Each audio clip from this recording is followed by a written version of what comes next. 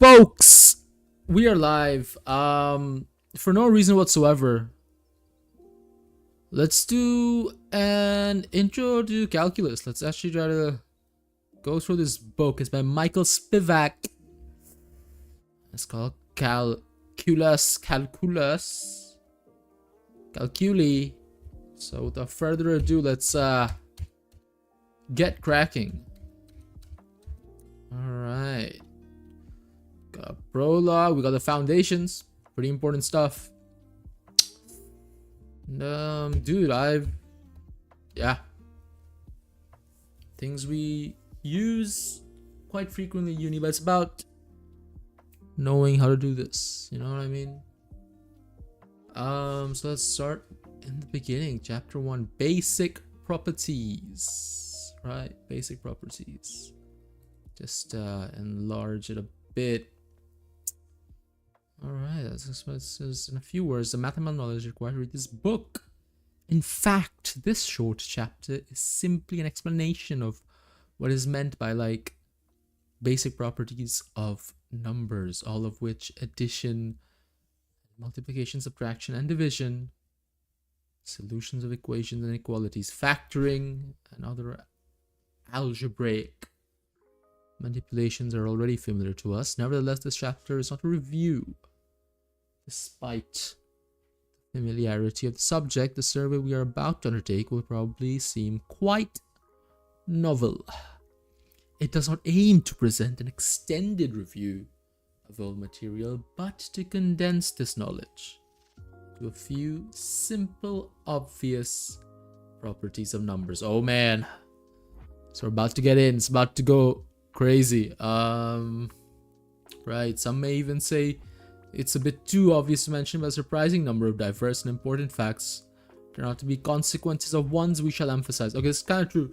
I remember my math teacher telling me, it's like, okay, if a guy doesn't like add and subtract long enough, he'll forget that, which is like kind of crazy to think about. Like, what the hell?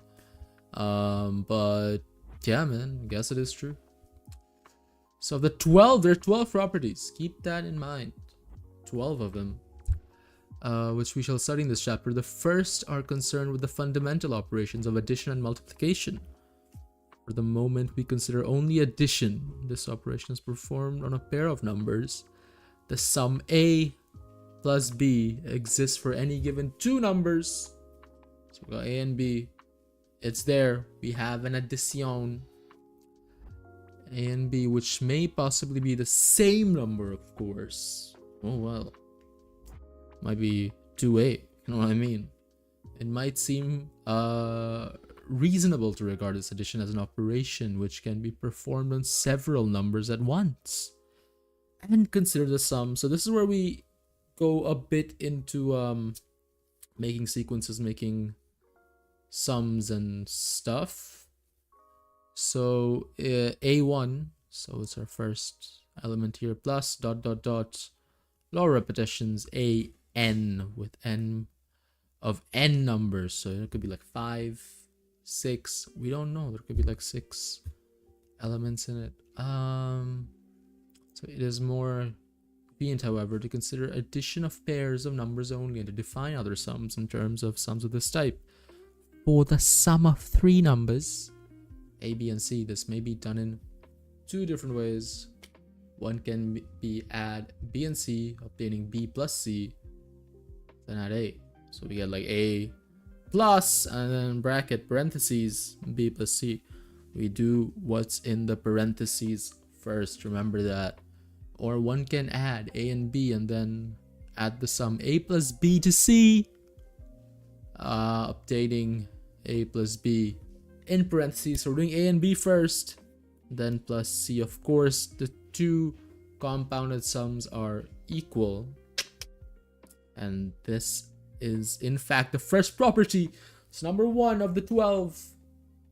First property, get this down. So if a, b, and c are a numbers, then a plus b plus c in parentheses equals to a plus b in parentheses plus c. The statement of this property clearly renders a separate concept of the sum of 3 numbers superfluous. We simply agree that a plus b plus c denotes the number a plus, so no parentheses. I mean, like, if we're doing all addition, folks, all addition, you just do it normally. Anyway, so a plus b plus c plus d on d of them. So it's all the same over here. Parentheses or no parentheses. Yeah, addition of 4 numbers requires similar, though slightly more involved considerations. Okay. So a plus c is defined to mean... Now we can do a bigger parentheses and a smaller one. So we got some variations here. So always remember, the ones inside you do first, and then this one's on the outside, and we get to this situation. This definition is unambiguous since these numbers are all equal. Fortunately, this fact need not be listed separately since it follows a property 1. So we already we laid the law of the land, folks. And yeah, and that property still follows. So a plus b plus c. Wow, that's crazy. Who would have thunk it, eh? Who would have thunk it? And it follows immediately that 1 and 2 are equal. The equality of 2 and 3 is a direct consequence of property 1. Although this may not be apparent at first sight, one must let b plus c play the role of b in property 1 and d the role of property c. So it's basically, we're considering this as a, right? A and b. Similar situation, we consider a, and then we consider the whole thing as b, right? So b plus c, the property of c. So it proves a property 1. 3 equals 4 is to 5. So this may seem a bit stupid, but this is how you do proofs, right? So when you're going to proofs later on, this is like a sort of roadmap on how to do that. Follows immediately that 1 and 2 are equal. The equality of 2 and 3 is direct consequence. Oh no, we already did that, sorry. It's probably obvious that an appeal to P1 will also suffice to prove the equality of 14 possible ways of summing 5 numbers. But it may not be so clear how we can reasonably arrange a proof that is so without actually listing 14 sums. So such a procedure is feasible, but would soon cease to be if we consider collections of 6 or 7 more numbers. It would be totally inadequate to prove all the equality of possible sums of an arbitrary finite collection, so a to an, and this might be taken for granted, but for those who would like to worry about the proof, and it is worth worrying about it once. You know what I mean? A reasonable approach is outlined in problem 23. Henceforth, we shall actually make a tacit appeal to the results of this problem and write sums with a blithe disregard for the arrangement of parentheses. So that's to come then. Problem 23, we gotta keep our eyes on that one. Spoiler, number 0 has one property so important, we list it next. So this is where 0 comes in. Do you know what I mean? So if a is a number, then a plus 0 equals to 0 plus a. So equals to a, right? So that's our second property over here, folks, of the 12. And yeah, an important role is also played by 0 in the third property of our list.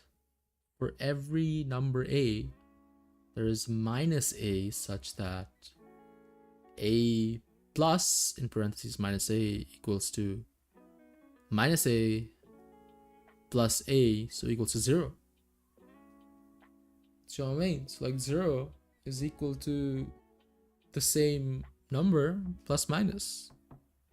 Remember that, folks. Property P2 ought to represent distinguishing characteristics of the number 0. It's comforting to note that we're already in a position to prove this. Indeed, if a number x satisfies, so a plus x equals a, so we know that a, folks, we already saw what 0 does. So x must be 0. Do you know what I mean? So for any number a, then x equals to 0. Yeah. And consequently, this equation also holds for all numbers of a. The proof of this assertion involves nothing more than a subtracting a from both sides of the equation. In other words, adding minus a to both sides. So following detailed proof shows all three properties p1 to p3 must be used to justify the operation. So if a, right, so a reason why we're doing like kindergarten stuff now is to get comfortable with writing proofs. Essentially writing proofs. So if a plus x equals to a, right, so then minus a plus x equals to minus a plus a equals to 0, because we already know that. Right, so just add a minus here. So just add a minus, parentheses. And we do that on both sides because it's also positive, right? So, no, minus, and we get 0. Hence, minus a plus a, so we move it over, plus x equals to 0.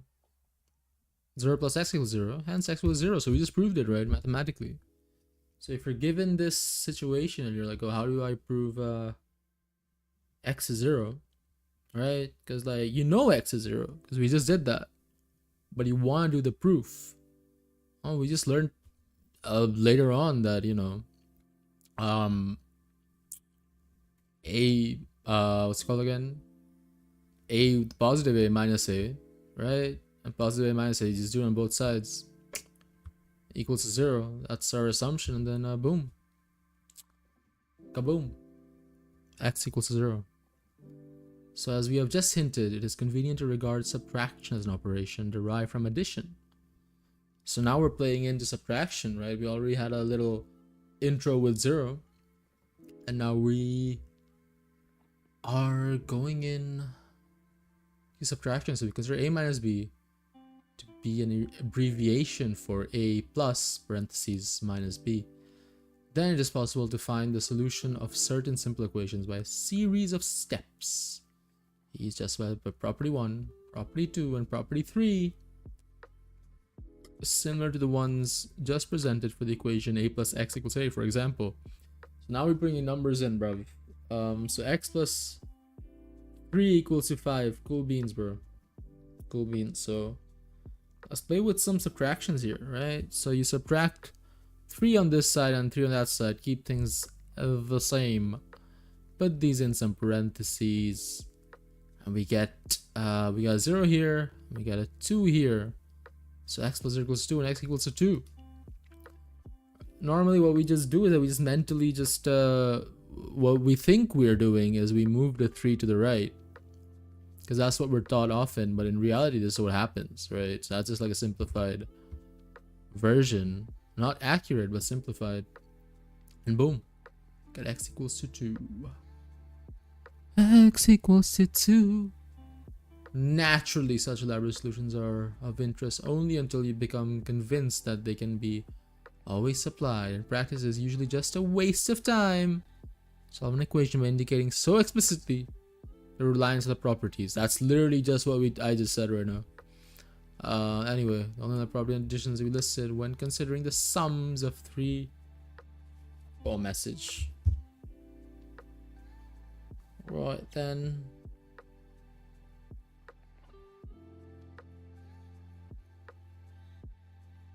I've got some messages. Folks.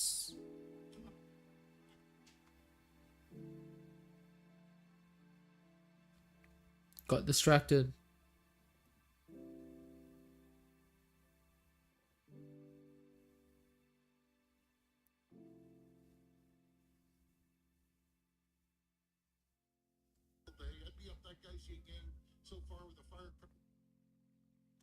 Interesting. Anyway, so property 4 come in. So a plus b equals to b plus a, right? Flip it around is the same. Doesn't really matter. The statement of property 4 is meant to emphasize that although the operation of additions of pairs of numbers might conceivably depend on the order of two numbers, in fact it does not. So, you know, if you see 8 plus 5 and you see 5 plus 8, don't freak out, bro. Same thing in it. It's helpful to remember that not all operations are so well behaved, for example, as to subtractions. Subtractions, 5 minus 8, 8 minus 5 ain't the same thing. For example, subtraction does not have this property. Usually, a minus b does not equal to b minus a. In passing, we might just ask when a minus b does equal b minus a, and it is amusing to discover how powerless we are if we rely on properties 1 to 4 to justify our manipulations. Well, algebra of the most elementary variety shows that a minus b equals to b minus a when a equals to b. Okay, folks. Nevertheless, it is impossible to derive this fact from 1 to 4, so we need some new properties here, right? So it's instructive to examine and carefully and determine which steps can be justified by b1 to 4. We will indeed be able to justify all steps in detail. A few or more properties are listed, oddly enough. However, the property involves multiplication. Oh man! New challenger has arrived. This is the prologue of math, folks. What a game so far. Fortunately, so similar to those for addition that little comment will be needed. Both the meaning and the consequences should be clear. As in elementary algebra, the product of a and b will be denoted by a times b, simply ab. AB go crazy. If a, b, and c are any numbers, then a times b times c equals to a times b times c. Folks, that's kind of crazy. So we have the subtraction property, which we're gonna prove, I'm assuming.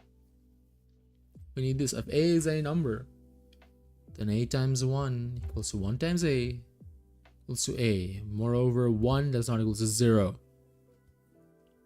Keep that in mind. The assertion that 1 that may not equal to 0 may not equal to 0 may seem a strange fact to list, but we have to list it because there's no easy way possibly proved on the basis of other properties listed. These properties would all hold if there were only one number, namely 0.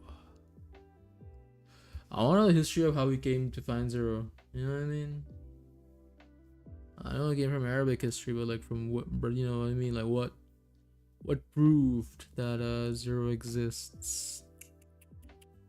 Something to think about. For every number a does not equal to 0, there is a number a to the power of -1, such that a is that times? I think so. I think the dot hasn't printed well. So a times a to the power of -1 equals to a to the power of -1 times a equals to 1. So if a and b are numbers, then ab equals to bah. Type shit. One detail which preserves emphasis is the appearance of the condition a does not equal to 0, b7, right? It's quite necessary because 0 times b is 0, of course, and 0 to the power of -1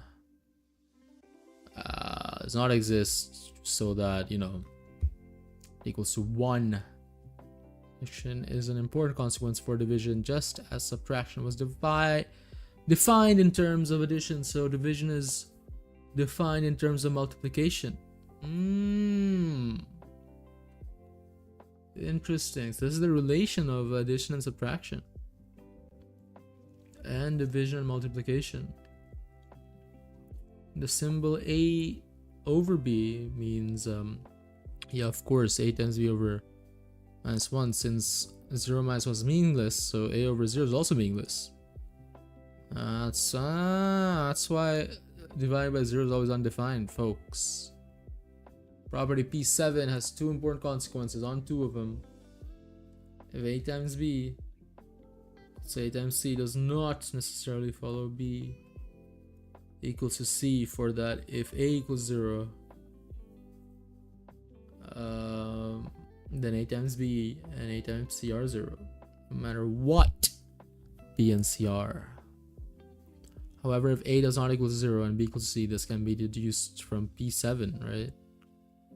So if ab equals to ac and it does not equal to 0, right? So we just do it by -1, multiply by -1 both sides, so we get the 1, right?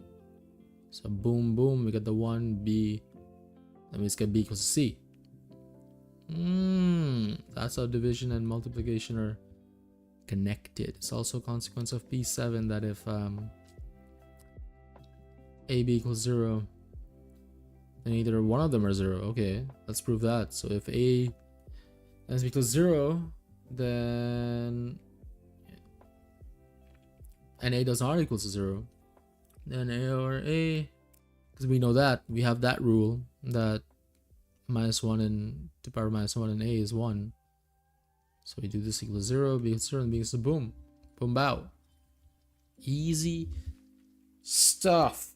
So far, it may happen that A equals 0 and B equals 0 are both true. This possibility is not excluded when we say either A or B equals 0 in mathematics, or it's always used in the sense of one or the other, or both. This is the latter consequence of P7 constantly used in solution of equations. Suppose, for example, a number x is known to satisfy x -1 parentheses times x minus 0. We say x -1 equals 0 or x minus 1 equals 0. Hence, x equals to 1 or 2 on the basis of 8 properties. So far, it is still possible to prove very little.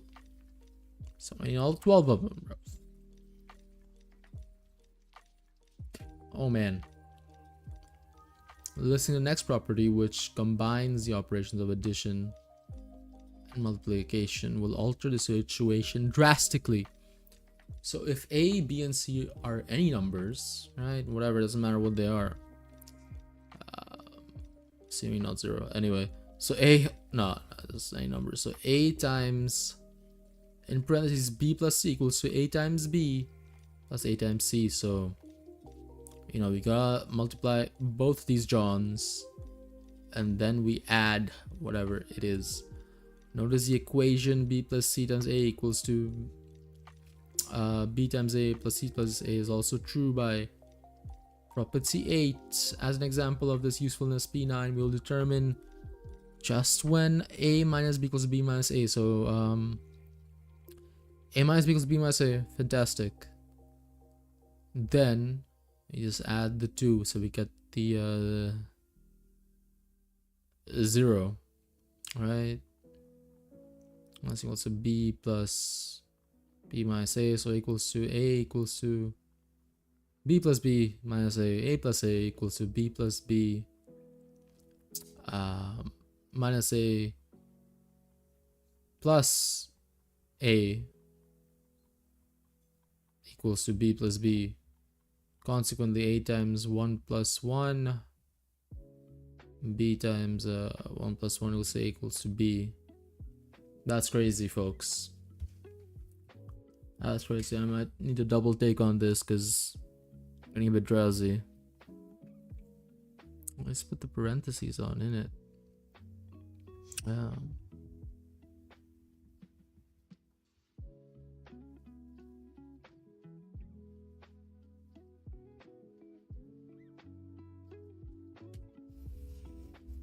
Oh, I just rearranged it.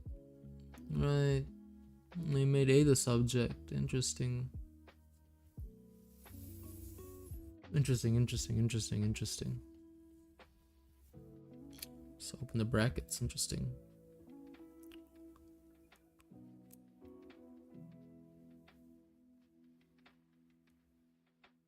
The second use of P9 is justified assertion of A times 0 equals 0, which we have already made, and even though used in a proof on page 6, can you find where this fact was not listed as one of the basic properties, even though with no proof was already mentioned? If you want to wait alone with proof was not possible since number 0 only appears in P2 and P3. A lot of properties in here. So A times 0 plus A times 0 equals to A 0 0.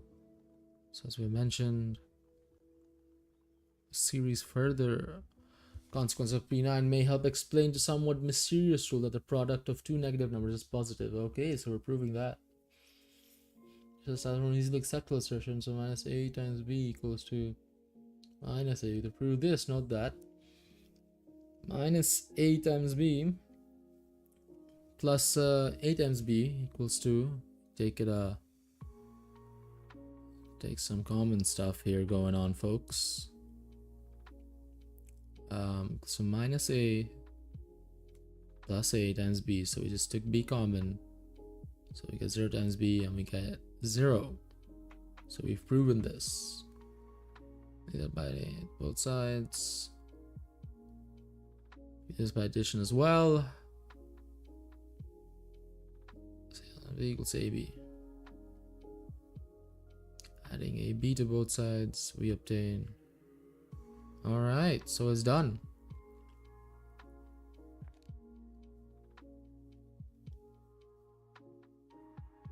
Oh my god, numbers.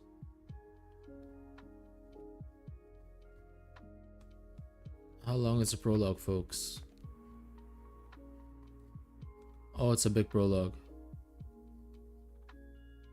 A lot of rules of numbers here.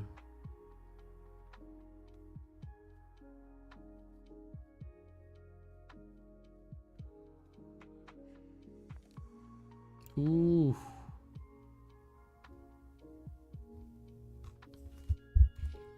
I'm excited.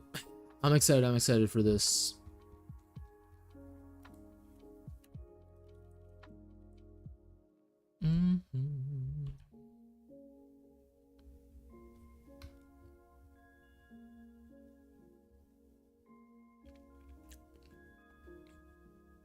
The fact that the product of two negative numbers is positive is thus a consequence of P1 to 9. In other words, if you want property 1 to 9 to be true, the rule for the two negative numbers is forced upon us. Can't do anything about this, folks. The various consequences of property 9 is examined so far, although interesting and important, they don't really indicate the significance of property 9. After all, we could have listed each of these properties separately. Actually, property 9 is justification for almost all algebraic manipulations. For example, although we have shown solve the equation, so x minus 1 x was 2 0, we can hardly be expected to present the equation in the form. We are more likely to be confronted with the equation. Oh yes, quadratic functions. So x squared minus 3x plus 2 equals to 0.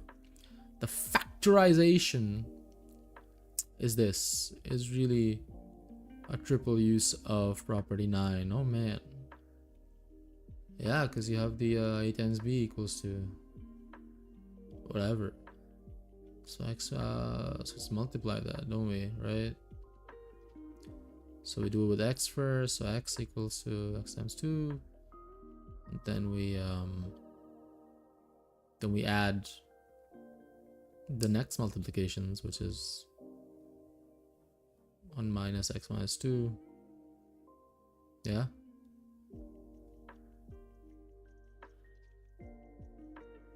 So x squared plus x times minus 2, so minus 2x plus minus 1 times x plus 2. So it's just basic breaking down. So the final illustration of importance of P9 is the fact that this property is actually used every time one multiplies Arabic numerals. Arabic thing told me I look like Yusuf, look like Hamza. Habibti, please. Ana akhid, inta nawani akhla. For example, the calculation 13 times 24, 52 plus 26. That's so wrong. What? Oh no, because there's an x here. Yeah, I forgot. Having a long multiplication so long. Stay concise arrangement for the following equations. Oh yeah, 13 times 2 plus, so I just broke this down. Ah, I see, that's interesting. I didn't know that. What's on the left is the above calculation, the same as writing 26 times 10. Application of 3 times 4 is P9 also. So we're using a lot of cases where we're using the properties to, rearrange and arrange numbers, right? And that's what's going on here. Note that moving 26 to the left in the above calculation is same as writing 26 times 10. The multiplication of 13 times 4 is equal to 52 uses property 9 also. 4 equals 1 times 10 plus 3 times 4. So property 9 is important.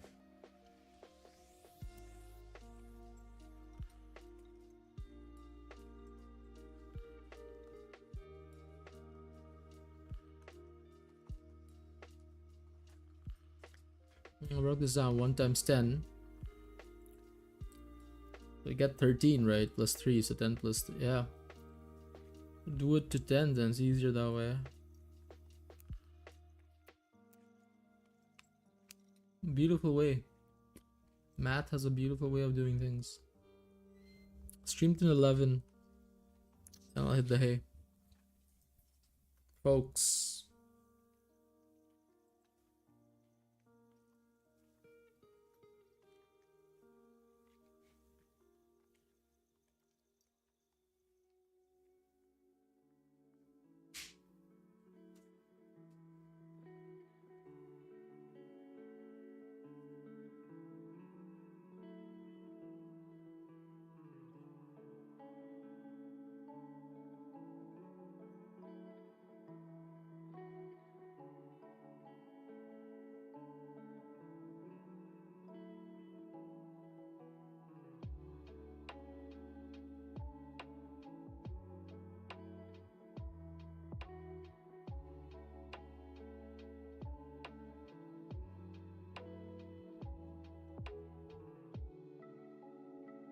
Anyway, back at it.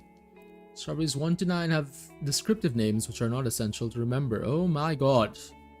Put names on them, folks! But which are often convenient for reference. We will take this opportunity to list all of them. Oh, cool. So, associative law of addition, right? So, parentheses, addition, whatever, same.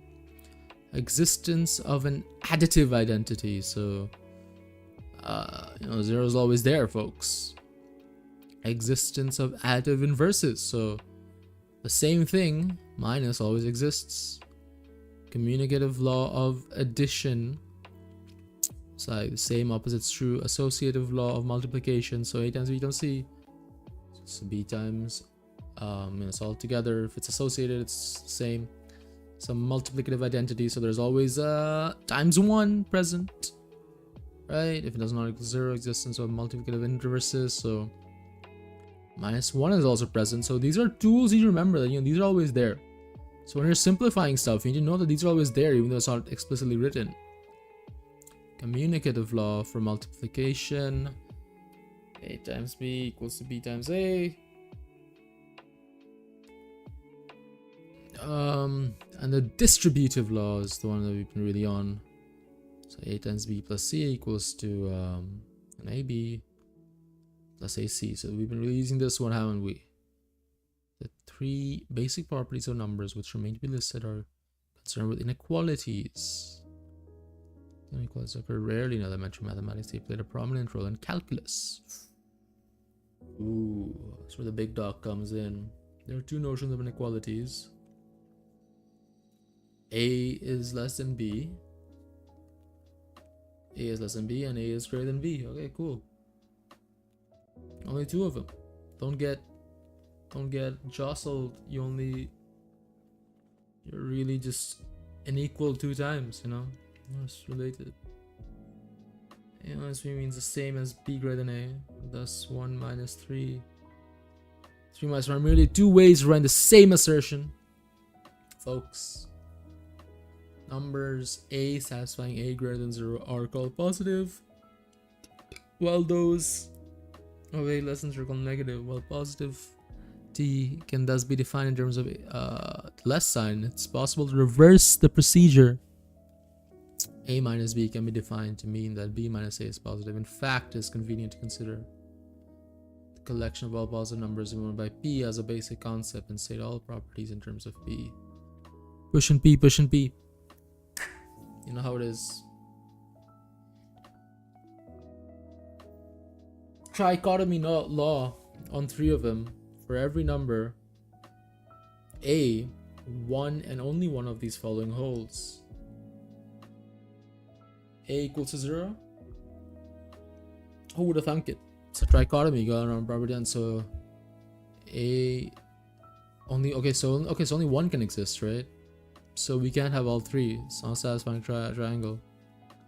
So A is either 0. So if it's not A 0, A is in the collection of B. And minus A is a collection of B. Cool. So the set B can have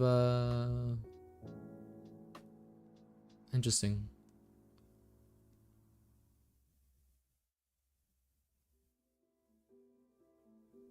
Closure, property level closure. So we got the 12 properties here.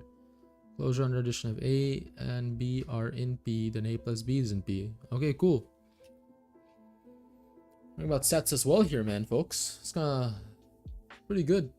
Pretty good. Closure under multiplication. So A and B are in P, then A times B is also in P. So, you know, riled up. Should be complicated with the following definitions. If A is greater than B, if A and B is in P, okay.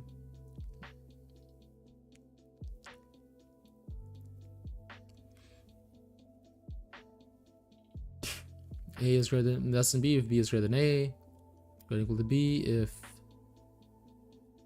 A is greater than B or A equals to B, right? So this is the or sign, right? Particular if A is greater than 0, that A is greater than 0, if and only if A is in B.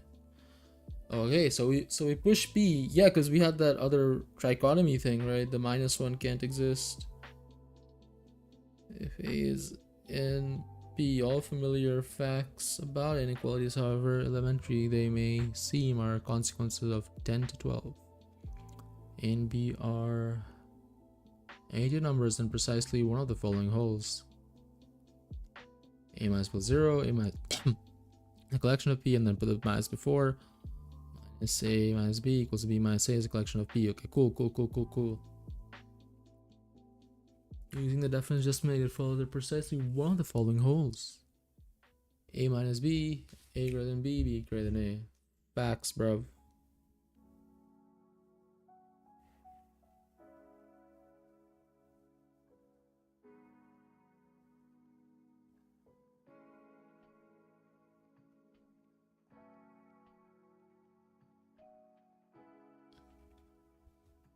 Folks. Ooh, gained another subscriber, that is.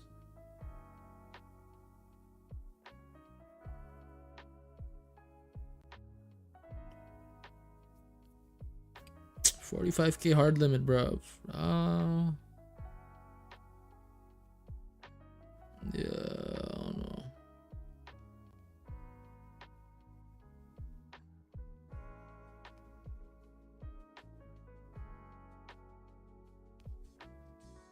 It's still going. Let it go. Let it go.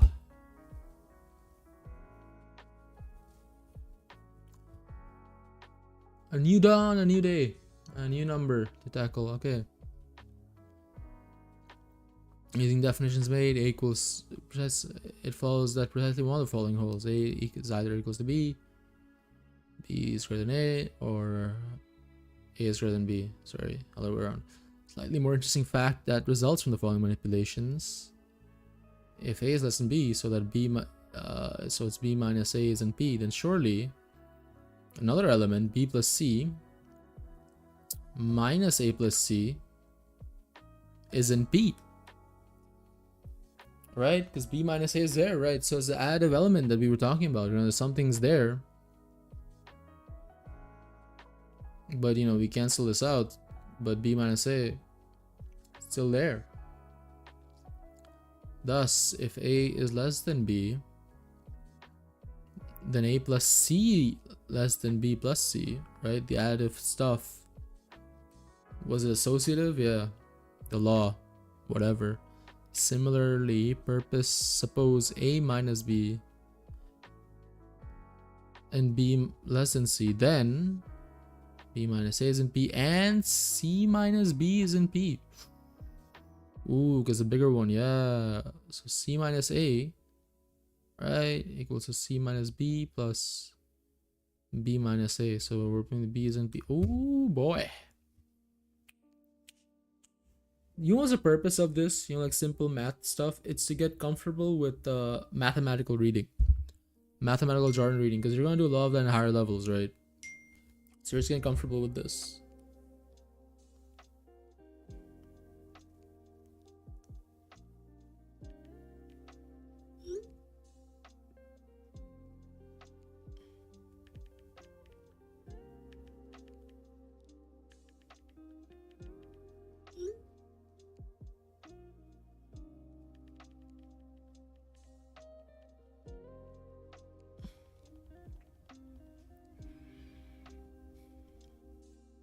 It's got a text.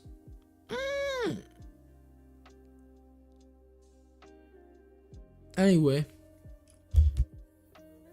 Woo! So this shows that if A is less than B and B is less than C and A is less than C, the two inequalities A minus B and B less than C, sorry, not A minus, or A less than B and B less than C are usually written in the abbreviative form A less than B less than C, which has the third inequality almost built in, of course, because you know that can't make sense. A less than C. The following assertion is somewhat less obvious. If A is less than 0 and B is less than 0, then A times B greater than 0. Ooh, because it's a subtraction. The only difficult presented by the proof is the unraveling of definitions. Simple A less than 0 means by definition, so it's greater than A, which means 0 minus A equals 2 minus A, right? Is in P. Yo. Similarly, minus B is in P. Yeah. Because the multiplication is also in P in it. Thus, AB is greater than 0. Oh my god, because... Fuck, this is making sense now. Because the minus B can be in P. Oh my god, it's all coming together. Oh, I love it when math makes sense. I hope it made sense to you guys as well. The fact that A times B is greater than 0 if A is greater than 0 and B equals 0. So as A is less than 0 and B has one special consequence.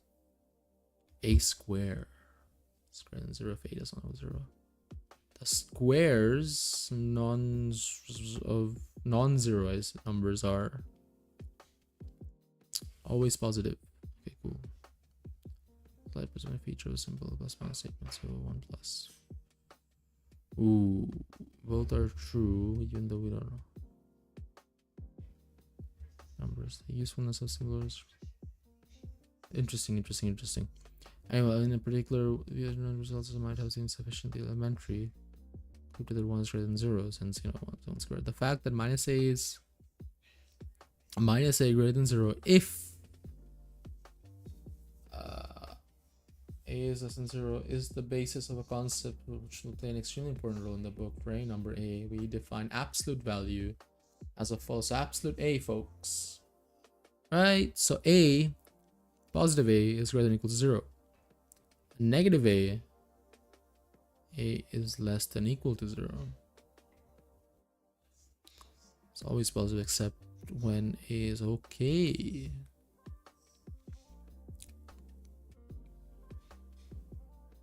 Wow. That's crazy. Absolute minus 3 is equals to 3. 7. So 1 plus 2 root 3 minus equals to... Oh. Ooh.